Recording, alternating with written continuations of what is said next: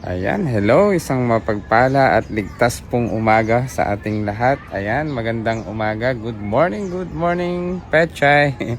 Good morning, baby lettuce. Ayan, so magandang umaga po sa ating lahat. At welcome pong muli sa vlog ng inyong lingkod, ang Maestro Panaderong Gala. Ayan, gaano kalalapad ang inyong Pechay, sir. Ayan, oh. Ang ganda-ganda po sa hydro po natin yan. Ayan po, ito isa pong puno na to, maaring mga 25 pesos to 30 pesos na yan. Ang kapal ng dahon. Plus may mustasa pa po tayo. Ayan. Ayan, so gawin na po natin yung hanggat hindi pa po masyadong mainit dito sa loob ng aming greenhouse. So kung ginawa ko po, pinakita ko po last time yung pagpupunla ng ating mga lettuce for transplanting method. So ipakita ko pong muli ito po sa mga nais pong muli na ma-engage sa hydroponics. Ayan, ipakita ko pong muli, i-demonstrate ko pong muli paano po yung 45 days. Ayan, tulad po nung nandoon sa may dulo doon yung makapal na lettuce na yun, at na-sold out na rin po yung last time nating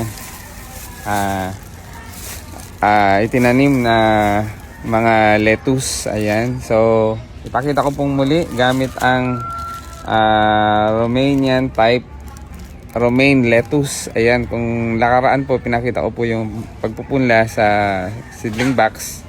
Ngayon naman po yung 45 days, yung direct o dust na po, ibig sabihin days after sowing. So after 45 days ay pwede nang i-harvest. So yung pong transplanting, siya po ay mga 25 to 30 days ay pwede nang i-transplant, pwede nang i-harvest, sorry po. So ito naman po ay direct na sa mga cups nila sa hydro. Hintay lang po natin yung 45 days para i-harvest. So ayan po, meron na naman po tayong naka-ready dyan. Oh, mandami na naman po niya. Ayan, so unang natin gagawin, syempre ito po ay nakababad na. Ibinabad ko na po yan kahapon hanggang ngayon para po ma-absorb na nung mga mesh cap o nung ating kukupit yung tubig para siya ay manatiling mamasa-masa. O ayan. Diyan lang po kayo, panoorin niyo po ako sa dulo. Yung iba po hindi po nila binubutasan sa gitna. Ako po binubutasan ko. Joke. Isa akong mambubutas, joke lang po. So binubutasan ko po yan. Ayan. So gamit tayo ng kahit ito maliit na sanga ng kahoy or stick o yung ting-ting. So bakit ko po binubutasan? Para masigurado po na natin na nasa center. Ayan. So pwede rin naman nating ilagay doon sa center lang yung buto kahit walang butas. Pero ang ginagawa ko po kasi, binubutasan ko ng maliit lang. Ayan, maliit lang. So, pakita ko po sa inyo. Ayan. So ito po ganyan sa, siyempre at sa center, sa sentro ng ating buhay. Parang ang Panginoon dapat nasa sentro ng ating buhay. Yan. So dito tayo para may magandang background na pechay, ang paboritong gulay ni Maestro Panadero. So butasan ko po muna isa-isa ito. Ayan, sa gitna. Sa ako po ihuhulog yung mga seeds mamaya ng lettuce natin. Yung shoutout nga pala sa ating stakeholder o partner mula sa NUPA program ng Calabarzon. Ayan, sa RFO field office dyan sa Lipa. Ayan, kay Ma'am Shell and kay Sir JP, maraming salamat po.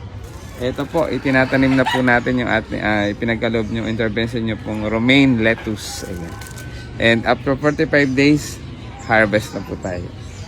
So gawin ko na po ito para mabilis tayo hanggat hindi pa po mainit. Ayan. So unahin ko po muna siguro itong isang growing box nito, yung itong puno na to, hanggang sa matapos po. Hanggang matapos ko po yung tatlo na yan, bali 4 na growing boxes. Ayan, dyan lang po kayo at panoorin nyo po ang inyong lingkod simula hanggang sa dulo para meron kayong ma-entertain ko kayo at meron kayong matutunan. Ayan, pagdating sa mga paghahalaman, maging sa hydroponics, maging sa fishery arts, ayan, sa pag-aalaga ng mga isda. Ayan. Tayo po ay meron ng mini fish pond, and later baka tayo ay makapag-produce ng aquaponics plus medyo malaki-laking fish pond. Balak din po namin mag-alaga talaga ng mga tilapia na pwede nating ibenta rin. Dahil yung ating pong gulayan ay business. Ayan, business. Ginagawa po nating business yan sa murang mga halaga o presyo ng ating mga organic vegetable and fruits. Later, isda. Ayan. Sa affordable na presyo lang po. Para po yung nabebenta natin, yung pinagbentahan po natin, ay ginagamit natin sa ating mga pangangailangan dito sa gulayan sa Paco.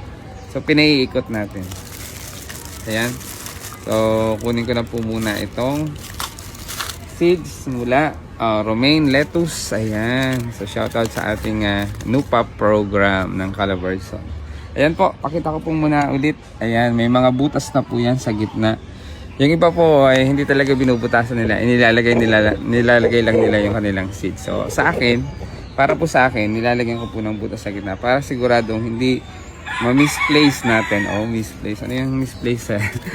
Para hindi mawala sa position yung seeds. So, dyan lang po kayo. Hanggang sa matapos ko muna itong isang tawag dito, isang growing box. So, ayan po yung ating mga seeds. Oh, ayan. So, iisa-isahin po natin. Pero karaniwan po ang ginagawa ko ay 2 buto.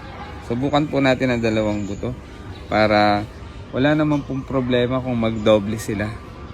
Mas maganda po yun, advantage na nga po sa bibili kasi per cup po ang benta natin ng lettuce. So, dalawahin na po natin para sure kung hindi man tumubo yung isang buto, still mayroon pang isang butong tutubo.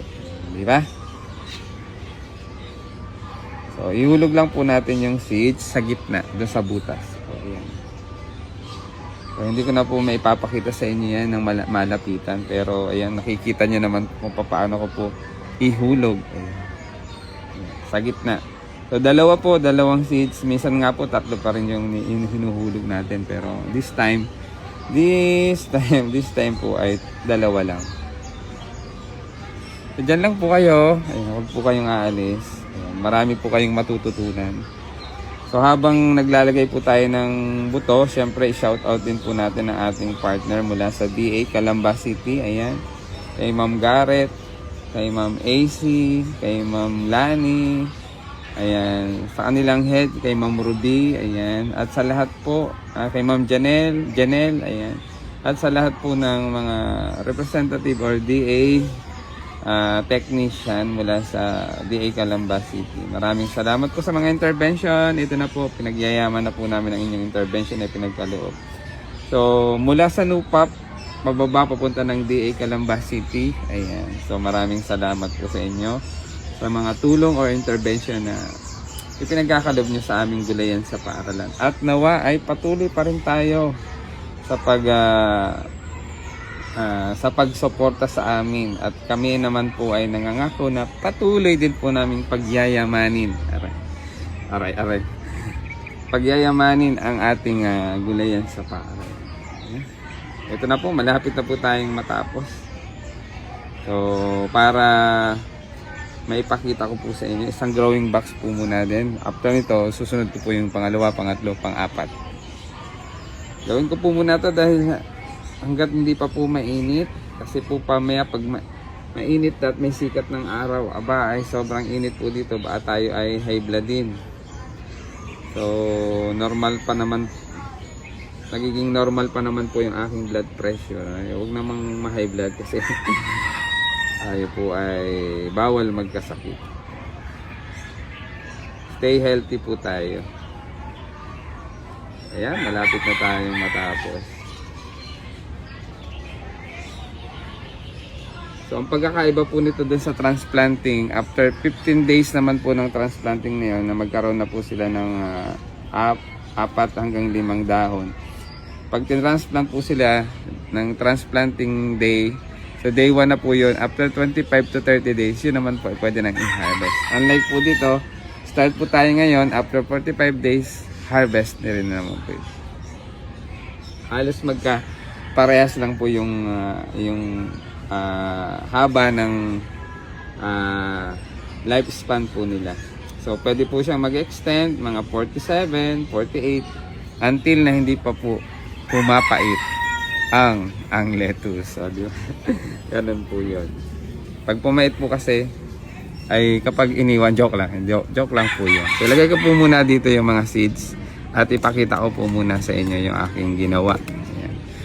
Ayan. So, ayan na po yung mga seeds niya. Ayan. Nasa butas na po siya. Ayan. Ngayon naman po, para talagang ma-absorb ng seeds yung tubig, yung moisture po niya. So, pinapapatakan ko po siya para talagang mamasa-masa po yung seeds. So, ayan po. Siyempre, yung pong seeds ang ating babasahin. Ayan po naman ay nakababad na sa tubig. Mananatili pong moist yung ating coco peat niya. So, wait lang po tayo ng mga 3 to 5 days, magi-sprout na po itong mga baby lettuce po. So, tingnan nyo po. May nakasetup po tayo dun for harvest. May nakasetup na rin po tayo dun ng mga 15 days old na. At ito po, 1 day old na po ngayon. So, ganun po tayo magtanim ng ating mga lettuce. Hindi po isang bultuhan. Pwede rin po namang isang bultuhan, tumulo na ang aking paro. Isang bultuhan, pero yung sa akin po, by batch. Para hindi po nasasayang. Kasi po minsan pagka sobrang dami, bultuhan, marami ang kukunti ang ating customer na bumibili. Nasasayang po pumapait. O para hindi naman po mapait minsan, para hindi masayang ay binibigay po natin ng free. Para hindi naman po masayang yung ating mga ikinanim. Ayan. So by batch po siya, tulad po nito. For harvest ng ating pechay, sabay po nung andito 42 days.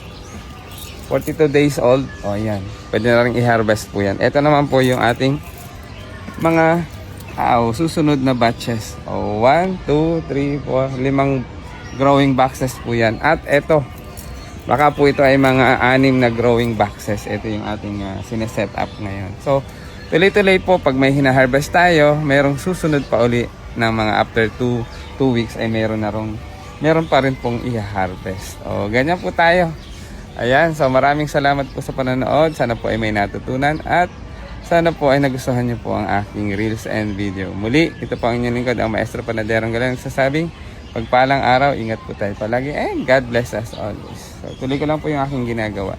Shoutout mga pala sa aking buong pamilya. Kay nanay, kay ama, ingat kayo dyan palagi. Sa aking mga kapatid sa masulok ng mundo, ingat tayo palagi ha.